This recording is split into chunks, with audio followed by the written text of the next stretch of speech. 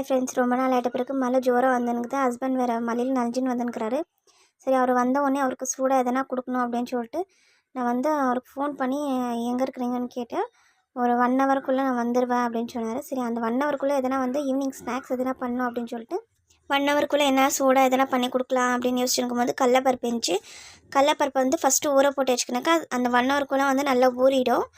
சரின்னு சொல்லிட்டு ஃபஸ்ட்டு கடலப்பருப்பை ஊற போட்டு அதுக்கப்புறம் வெங்காயம், பச்சை மிளகா, கறிவேப்பிலை, இஞ்சி, பூண்டு இது எல்லாமே ரெடி பண்ணிக்கலாம் அப்படின்னு சொல்லிட்டு வெங்காயத்தை தோல் சீவி எடுத்து வச்சுக்கினேன். அப்புறம் இஞ்சி நல்லா அதில் இருக்க தோலெலாம் சீவிட்டு பூண்டை அப்படியே நம்ம தோல் சீவாத முழுசாக நல்லா இடித்து வச்சுக்கணும். அப்போ தான் நல்லாயிருக்கும். வெங்காயத்தை பொடி பொடியாக கட் பண்ணி எடுத்து வச்சுக்கலாம். கட் பண்ணிவிட்டு அதுக்கப்புறம் பச்சை மிளகா கூட சேர்ந்து கட் பண்ணிவிட்டு நம்ம இப்போ ஒரு மிக்ஸி ஜாரில் இஞ்சி, பூண்டு, சோம்பு இது 3ஐயும் கொரகொரப்பாக நல்லா அரைச்சி எடுத்துக்கணும். இந்த மாதிரி அப்படி இல்லைனா இடிக்கல்ல நல்லா இடித்து எடுத்துக்கலாம். இப்போ ஒரு பவுலில் எடுத்து வச்சுக்கலாம். இப்போ நம்ம ஊற வச்சுக்கிற கடலப்பருப்பை மிக்ஸி ஜாரில் அதையும் தண்ணி இல்லாமல் நல்லா அரைச்சி எடுத்துக்கணும். கடலப்பருப்பை லேட்டாக தான் நான் ஊற வச்சேன். ஆனால் நல்லா ஊறிட்டுக்குது. நம்ம மிக்ஸி ஜாரில் அரைக்கும் போது நல்லா கொரகொரப்பாக நல்லா அரைச்சிருக்கிறேன்.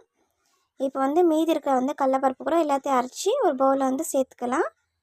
பாருங்கள், இவ்வளோ கடலப்பருப்பு நான் வடை சுடுறதுக்கோசரம் அரைச்சி எடுத்து வச்சுருக்கிறேன். இப்போ நம்ம கட் பண்ணி வச்சுக்கிற வெங்காயம், பச்சை மிளகாய், கறிவேப்பிலை இது எல்லாமே சேர்த்துட்டு நம்ம நல்லா மிக்ஸ் பண்ணிக்கலாம். அது கூட உப்பு, மஞ்சள்தூள் சேர்த்துட்டு மிக்ஸ் பண்ணிவிட்டு கொத்தமல்லி சேர்த்தாக்கா இன்னும் நல்லாயிருக்கும். இப்போ நல்லா மாவு பிசைஞ்சிட்ட பிறகு ஒரு கடாயில் தேவையான அளவு எண்ணெய் ஊற்றிட்டு எண்ணெய் நல்லா சூடானோடனே நம்ம மாவு கையில் தண்ணி தொட்டு நல்லா தட்டிக்கலாம். பாருங்கள், இந்த மாதிரி இருக்கணும்.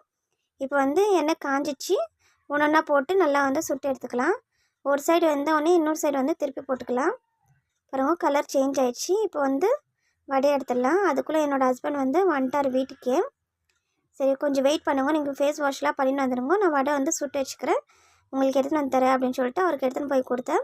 அவரும் சாப்பிட்டு பார்த்துட்டு நல்லா இருக்குது அப்படின்னு சொன்னார். சரி, நம்மளும் ட்ரை பண்ணி பார்க்கலாம் அப்படின்னு சொல்லிட்டு நானும் சூடாக வடையை சாப்பிட்டு பார்த்தேன். இந்த மல்லிக்கு எதமாக சூப்பராக இருந்துச்சு. நீங்களும் உங்கள் வீட்டில் ட்ரை பண்ணி பாருங்கள். இந்த வீடியோ உங்களுக்கு பிடிச்சிச்சுன்னா லைக் பண்ணுங்கள், சேனலை சப்ஸ்கிரைப் பண்ணுங்கள். பாய்.